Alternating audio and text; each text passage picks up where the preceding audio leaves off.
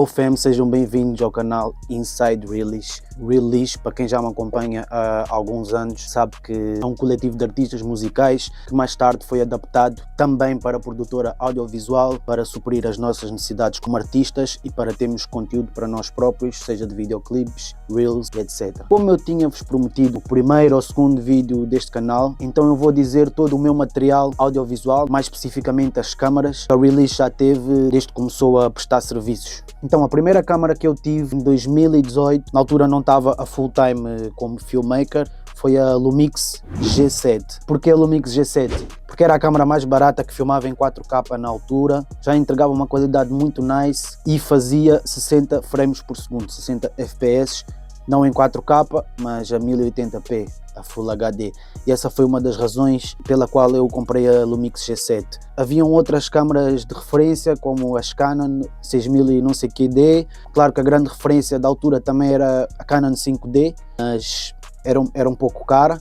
A Panasonic e a Lumix tinham preços mais em conta. Porém, ao contrário das outras, tinha um sensor muito pequeno, que era um sensor de micro 4 terços. Se formos ver pelas categorias, é o sensor mais pequeno. Comecemos nas full frame, depois temos as Super 35, acho eu que são as APS-C, e depois abaixo temos os micro 4 terços. A única desvantagem de ter um sensor pequeno e dessa minha câmera da Lumix G7 ela não era muito boa em low light, e quando eu queria filmar à noite tinha que usar mais iluminação do que o habitual. Mesmo em espaços fechados tinha que usar muito mais luz, porque o sensor, sendo mais pequeno, não captava tanta luz. Uma alternativa era comprar lentes com uma abertura baixa, neste caso 1.2, 1.4, e aí eu usava com a minha lente da Sigma 16mm, que era 1.4, e já me dava um bom resultado. Comecei a usar a Lumix G7 na altura com a lente do kit, que acho que era 14-42mm, mas era a lente do kit, era a lente que me veio. Na altura acho que custou-me 500 euros,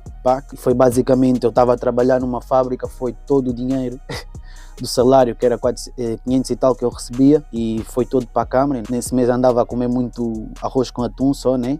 Porque investi na câmera, e foi aí que eu comecei a fazer os vídeos em paralelo com o outro meu trabalho da fábrica. Fazia os meus vídeos a 50 euros, prontos.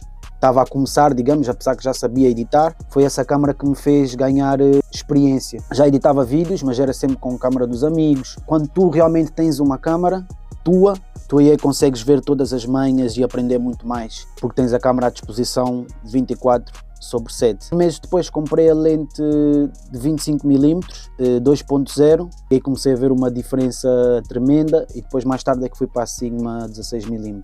Depois, mais ou menos na pandemia 2019-2020, eu já senti algum vício, posso dizer, da qualidade da Lumix G7. Cansou-me um pouco aquela qualidade, adorava as cores, mas com a competição no mercado eu não conseguia entregar vídeos em slow motion com a Lumix G7 a 4K. Então senti na necessidade de comprar uma câmera superior, que foi a Lumix G9, que aí já fazia 4K a 60 fps, então já fazia um slow motion nice, da forma que eu queria. Fazia 180 fps em 1080. Então eu filmava quase tudo a 4K 60, e quando eu queria um slow motion mesmo nice, crispy, smooth, eu filmava a 1080.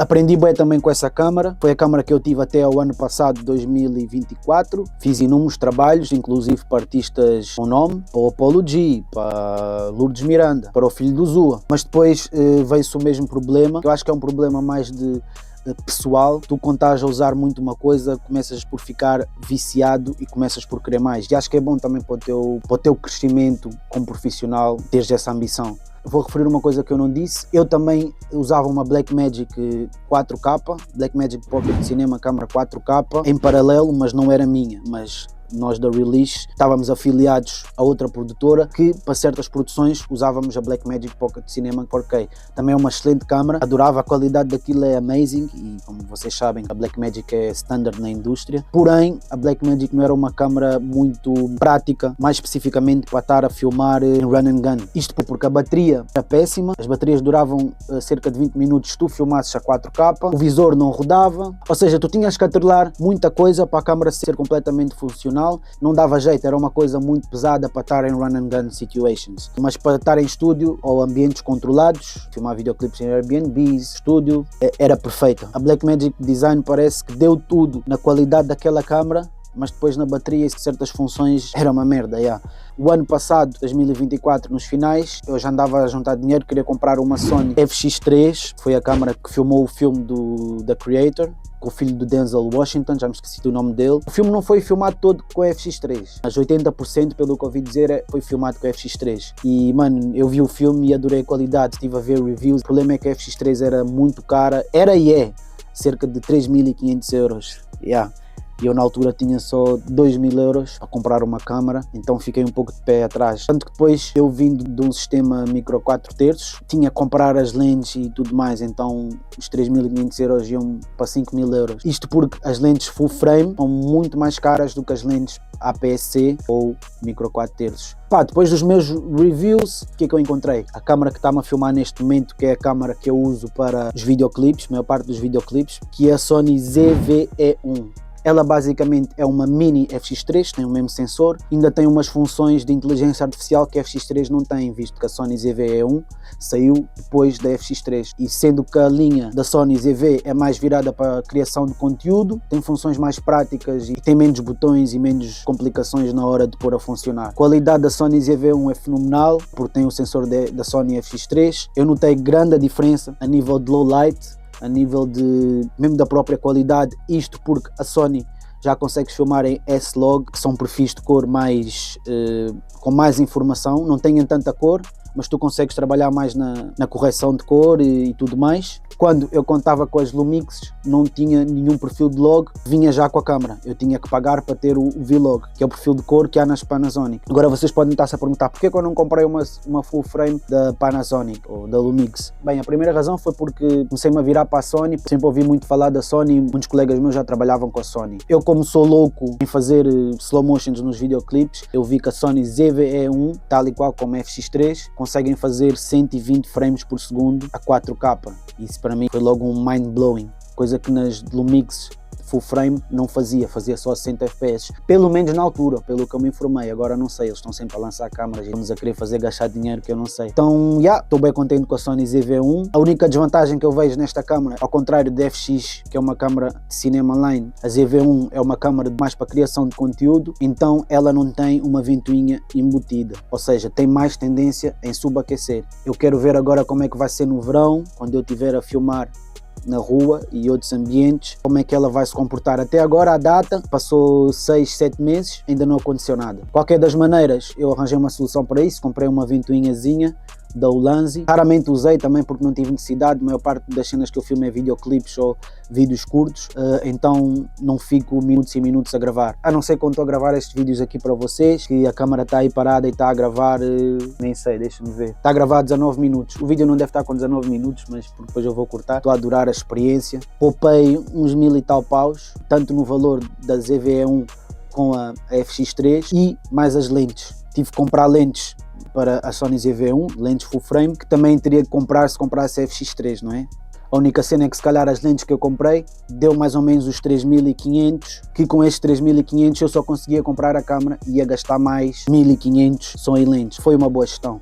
Recentemente comprei também uma Sony ZV-1, é parecida com a Sony ZV-E1, mas é muito mais pequena, não dá para trocar de lentes, tem um sensor de 1 inch, 1 polegada, dá para pôr no bolso, é prática, tiras, filmas logo, não é tão robusta como a ZV-E1 ou a FX3. A Sony ZV-1 é muito compacta mesmo e eu uso mais para vlogs e conteúdos práticos e reels. Claro que eu podia fazer com o telemóvel, mas eu comprei a Sony ZV-1 mais para não me encher o espaço do telemóvel. Até tenho um móvel relativamente fixe, um iPhone 13, filma fixe, depois ia estar a encher muito o espaço do telefone.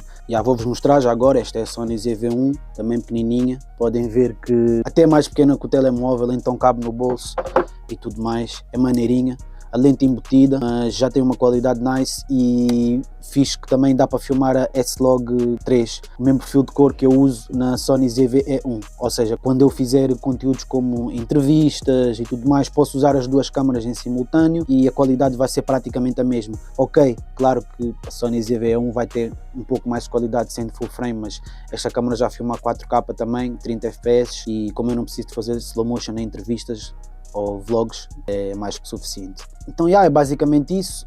Falei-vos aqui um pouco de tudo, da minha experiência no audiovisual, do meu material. Isto para tu, se quiseres entrar no mercado audiovisual, também teres noção de preços e principalmente teres noção daquilo que tu queres fazer, seja do nicho que queres entrar. Até podes não querer vender serviço, podes simplesmente querer ter uma câmera para armazenar as tuas memórias da tua vida, mas queres ter um pouco mais de qualidade com o teu smartphone, não é? Mas se quiseres entrar para o audiovisual, aconselho-te a fazeres como eu, não precisas ir já para uma cena muito cara e começares a aprender material mais barato, tanto porque se tu dominares uma câmera que seja baratinha, tenha uma qualidade mais ou menos, quando fores para uma câmera muito mais cara, vai-te ser muito mais fácil, porque já aprendeste a te virar com aquilo que tu tinhas, que não era top, e depois quando chegas no que é top, para ti vai ser canja. E agora uma última dica é, o material não é tudo, principalmente no vídeo, o que conta é o storytelling. Claro que tem que ter uma qualidade de imagem aceitável. O que tiveres a transmitir no vídeo é mais importante. Criar roteiros fixes, seja para videoclipes,